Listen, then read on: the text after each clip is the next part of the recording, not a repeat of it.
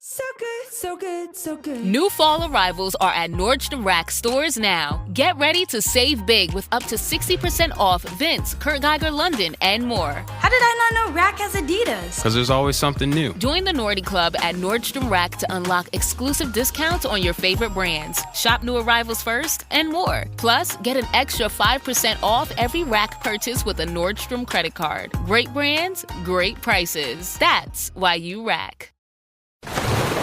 Raise the rudders! Raise the sails! Raise the sails! Captain, an unidentified ship is approaching. Over. Roger. Wait, is that an Enterprise sales solution? Reach sales professionals, not professional sailors. With LinkedIn ads, you can target the right people by industry, job title, and more. Start converting your B2B audience today. Spend $250 on your first campaign and get a free $250 credit for the next one. Get started today at linkedin.com/campaign. Terms and conditions apply. It's another Q&A edition of Optimal Health Daily, and I'm Dr. Neal Malik.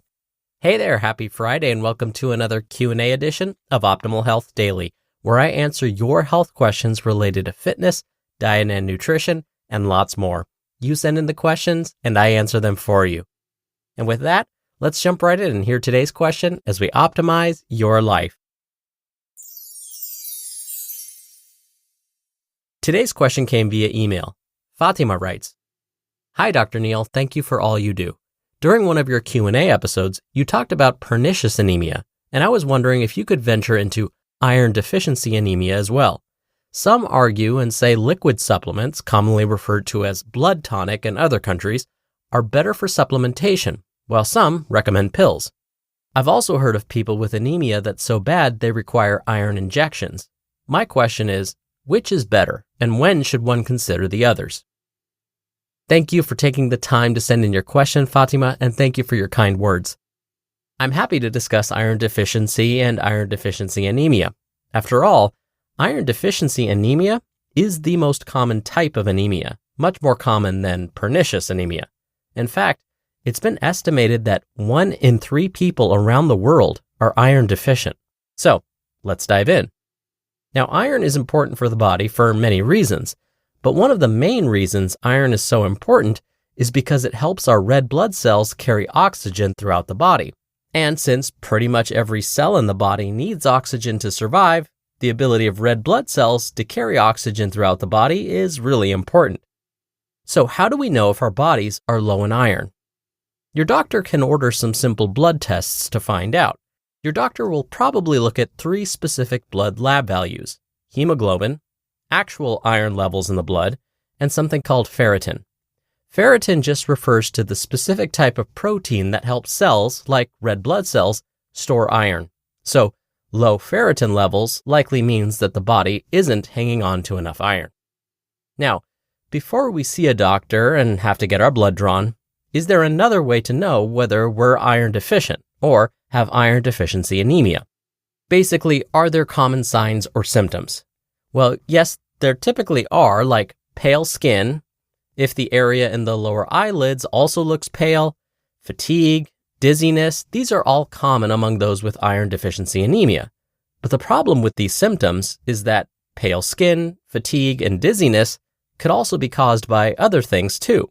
For example, 1 or 2 sleepless nights will probably cause a lot of these same symptoms, but that doesn't mean that sleepless nights cause iron deficiency anemia. So blood tests are the best way to know for sure. Now, what usually contributes to someone developing an iron deficiency or actual iron deficiency anemia? Well, it could be caused by a lot of things. In fact, you remember how common I said it is around the world? Well, here's what we're learning. In the US, iron deficiency anemia is common in teenagers, those of any age that are menstruating, those with bleeding disorders, those with gastrointestinal diseases or disorders, those recovering from surgery, some endurance athletes, those that are vegetarian or vegan because they tend to consume less iron, those with obesity, and again, the list goes on and on. So we can quickly understand why iron deficiencies and iron deficiency anemia are so common. The good news is that iron deficiency anemia is rarely deadly and is easily treatable. Now, I need to be super clear here. Too much iron can be deadly. So I never recommend someone start taking iron supplements without their healthcare provider's supervision. This is because too much iron can cause excessive bleeding and can kill off healthy cells in the intestine. Plus, iron supplements can interfere with other medications. Now, there are other ways to increase the body's iron levels. As you said, Fatima, there are also iron injections, or receiving iron directly into a vein, which is also known as intravenous delivery. The form of treatment really depends on a number of different factors, like the age and gender of the person, their health history, the underlying causes of their iron deficiency, and so on. Then from there, how often and how much iron is needed is something else that needs to be carefully considered. But in general, providing iron as a pill or tablet or as a liquid supplement, these are considered the first options. It's possible that liquid iron supplements may be absorbed better than iron tablets. Now let's say someone's doctor says that iron tablets or iron pills are the way to go. Then finding one in the form of iron bisglycinate may be better absorbed than other forms of oral iron tablets or pills. I should also mention that sometimes iron bisglycinate can be called ferrous bisglycinate.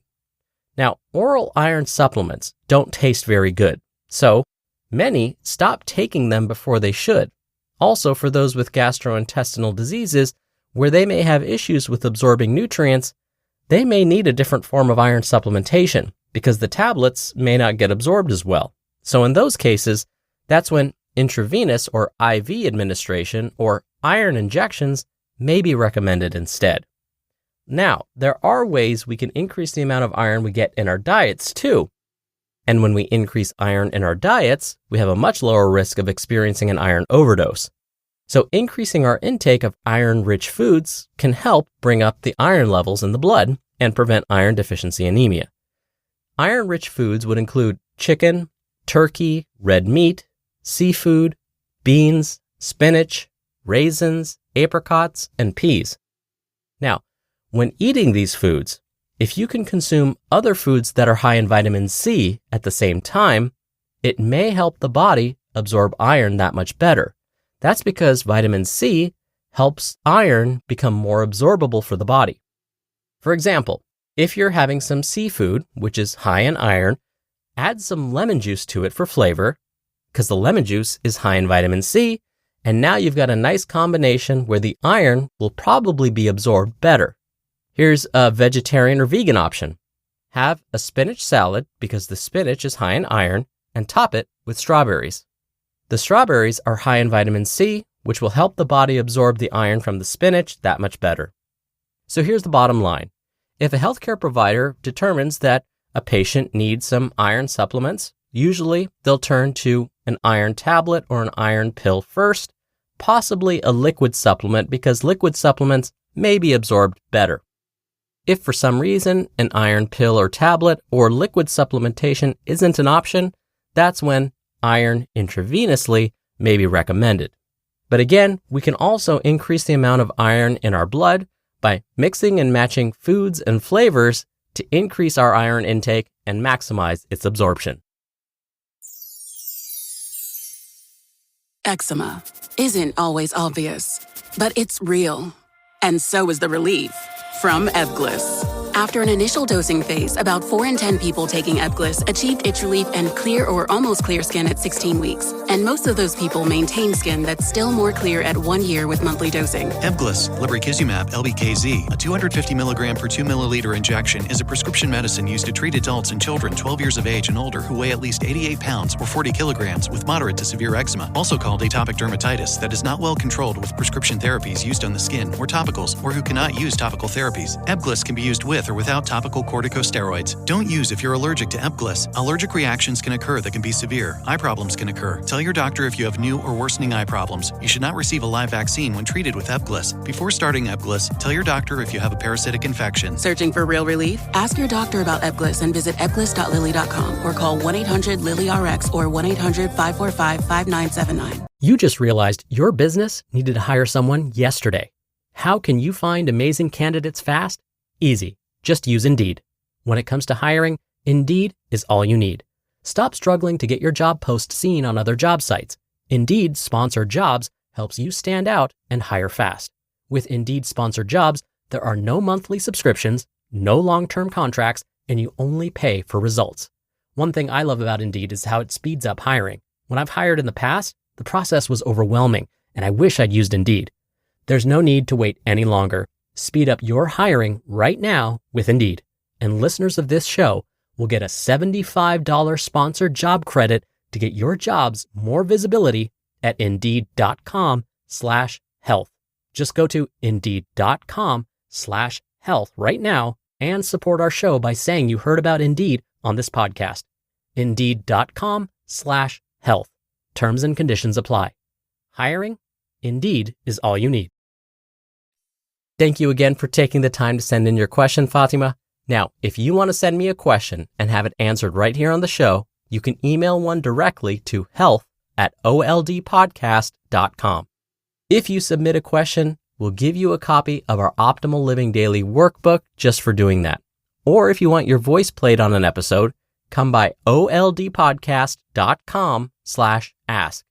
Right on that page, you can record your question straight from your computer's microphone. It's really easy. You can even play back your message and do retakes before sending it in.